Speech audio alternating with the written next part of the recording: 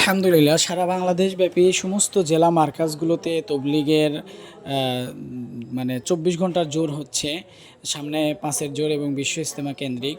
তো আমি ভোলা সফরে ভোলার মার্কাজে কিভাবে জোর করেন এটা দেখার সুযোগ হয়েছে। আলহামদুলিল্লাহ, প্রচুর মানুষ এসেছে। আলহামদুলিল্লাহ, মসজিদটা তিনতলা, তিনতলা ভরপুর মানুষ। এটা হচ্ছে নিচতলার অবস্থা।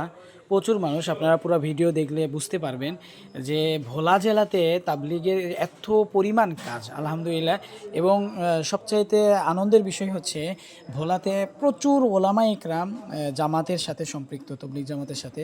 এটা হচ্ছে মসজিদের দোতলা।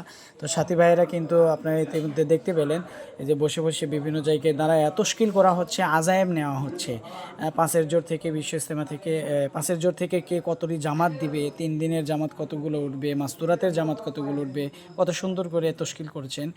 তো মসজিদের দোতলাতেও মানুষ, আমি তিনতলাতে যাওয়ার সুযোগ হয়নি, কিন্তু তিনতলাতেও মানুষ আছে।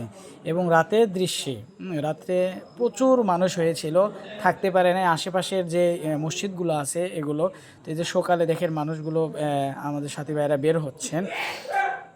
তো আলহামদুলিল্লাহ, আমিও এই জোরে শরিক ছিলাম। আল্লাহ তাআলা সকলের এই মেহনতে বরকত দান করেন, সকলের মেহনতকে আল্লাহ কবুল করেন।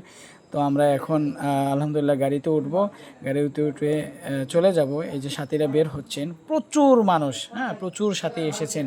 তবলিগ যারা ভালোবাসেন তারাও এসেছেন। এটা আমাদের বাস, তো বাসের ভিতরে উঠে আমরা এখন চলে যাব।